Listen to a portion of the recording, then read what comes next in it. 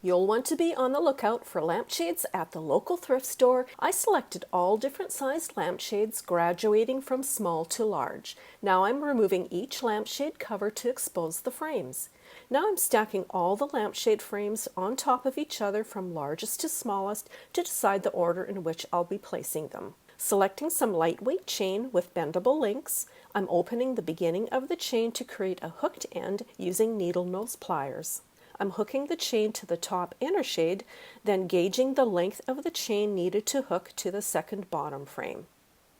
Once determining the length, I'm opening up the other end of the chain to link the shades together. When I ran out of chain, I checked the local hardware store for more, but since they no longer carried the same chain, I decided to use hog hooks, which are open-ended chain links. Closed chains are definitely easier to work with.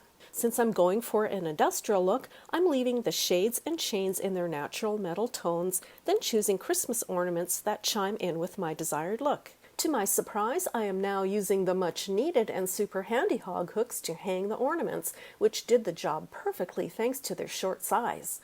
And you are left with the cutest lampshade Christmas tree that couldn't be easier to make.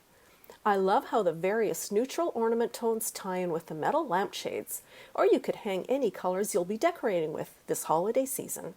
I hope this inspires you to gather up a few lampshades to create a dreamy industrial lampshade Christmas tree of your own.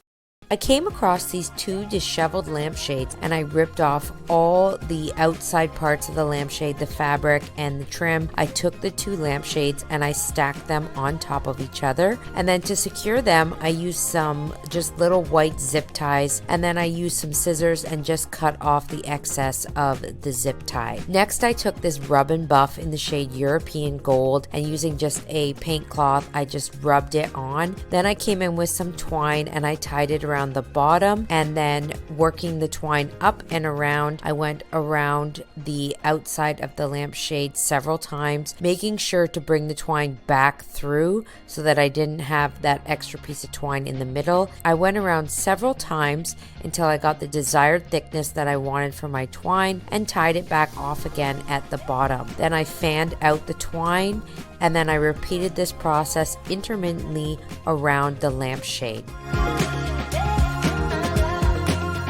I completely transformed this thrifted lampshade into the most beautiful home decor. I removed the shade so it was just the wire frame. I used a utility knife to scrape off the glue. Then I sanded the wire frame with sandpaper and steel wool. I wiped clean and then spray painted it matte black. While it was drying, I sanded a wood round, wiped it clean, and sealed it with gloss spray Varathane. I applied 5 coats and then sprayed the last coat with satin Varathane. I pre-drilled and screwed the wire frame and wood round together. First, you need to wet your lampshade thoroughly with some water. We mixed together 2 cups of water, 4 drops of dishwashing soap, and 4 cups of cement. I then painted this mixture on the wet lampshade and let it dry completely. Now it's time to make a cement base for the pot. After letting the cement fully dry and cure, we then used a drill to drill in the drainage hole. I added some potting soil. Next time you're at the thrift store, pick yourself up a couple of lampshades. To begin my project, I just took apart the lampshade, so I just began with some scissors, cutting apart the fabric and ripping it off. I'm going to go ahead and I'm going to put this little knob back on. Then I'm going to go ahead here with a hot glue gun, just going to attach this faux moss onto the wired parts. I came in with these solar fairy lights and wrapped them all around my lampshade.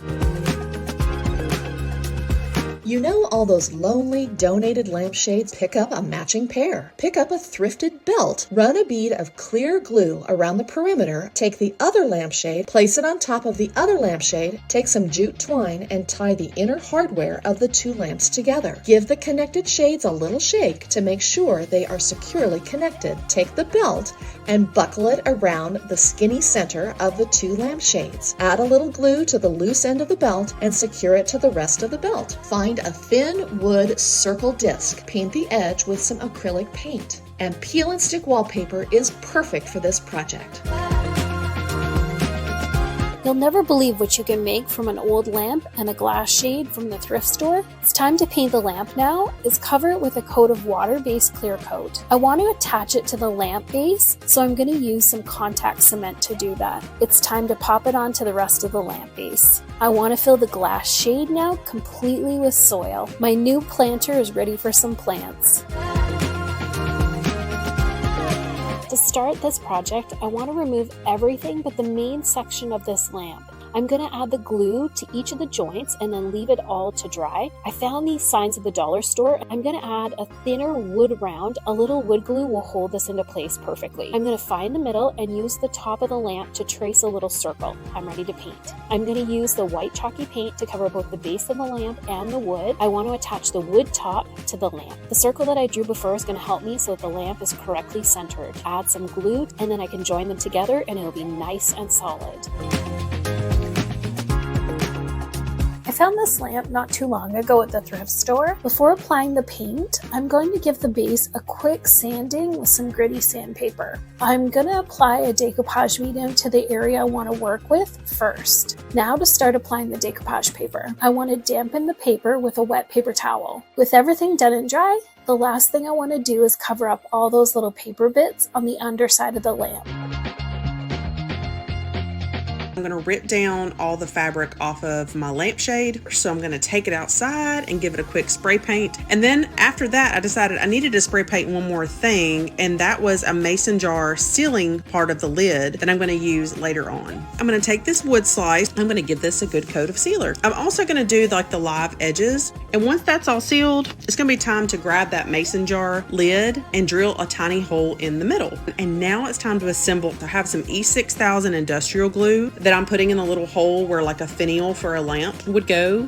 And that's where I'm going to kind of adhere that mason jar sealer. I'm going to put some more E6000 glue along the rim here. So I'll go ahead and set that down. Got it in place. And now it's time to drill. It's all good. Gonna flip it up. Grab some hot glue and put a bead of glue along one side of your lampshade, and then add some twine or jute. And we're going to wrap that around the lampshade until we cover the entire thing. After you have all your tassels made, we are going to add these to the bottom of our lampshade. And I decided to hot glue these. You could use a needle and thread and tie them and sew them on the edge, but this worked out perfect. You are going to simply trim off the excess tails. Set an edge of your lampshade against one edge of the wallpaper. Measure in 1/2 inch to 1 inch and mark it by running a pencil where the shade meets the paper. Spray the outside of the lampshade with spray adhesive. Roll the lampshade onto the wallpaper, pressing and smoothing as you go. Apply double-sided tape to the inside lip of the top and bottom of the lampshade. Wrap the overage border of the wallpaper over the edge of the shade and press onto the double-stick tape. Take some more tape and apply it to the top and bottom of the lampshade. Take some ribbon in a coordinating color and press half of the width onto the double stick tape and secure on the inside of the shade. Do this for the top and bottom of the shade. Continue the lamp makeover by spray painting the base of your lamp. Picked up this thrifted lampshade that I got at my local thrift store, these embellishments that I found at my local fabric store. I began placing my lace appliques over the lampshade. I'm next going to bring in some spray adhesive, and I'm just going to spray the back of the lace applique, and then I'm going to lay it in place on my lampshade. Once my pieces were fully placed on, I came in with this So Soft fabric paint, just went very lightly over some of the edge detailing. So to get started, I am going to take apart the lamp, and I'm just going to put some alcohol on the paper towel and wipe down my lamp base. I'm just giving a little light base coat to this. And then I have some all-in-one pre-mix stucco patch. And I'm just using an old chip brush, and I'm just going to coat the entire thing. While that's drying, I'm going to take that really kind of dingy, old-looking lampshade. I'm using some white chalk paint. That's water that you saw me mist on there, and it just makes the paint kind of flow and cover nicely. I'm going to let that dry. And then I'm actually gonna do a second coat. I have a medium gray paint here, and I've also added a little water to it. I'm just gonna take a regular paintbrush. So I'm just gonna work on getting this whole lamp base covered in this. While that gray is still wet, I'm grabbing some mud by Dixie Belle. I put a glove on to put this part on. It's a lot like spackle. Let that dry for about an hour, and then grab a sanding block and get that all sanded smooth down. And then for even more dimension, I have white chalk paint and then a lighter gray. Little sea sponge here that I'm just getting kind of damp, and I've also misted my paint plate. Now I'm just gonna kind of dab around and keep working on this faux finish. And then after I do all that, now I have black and brown paint. Okay, so I'm watering down that paint a little bit, and a push pin. I'm using the tip, the little pin, to add some little dot. Lastly, just to seal in all this, I used a matte clear spray.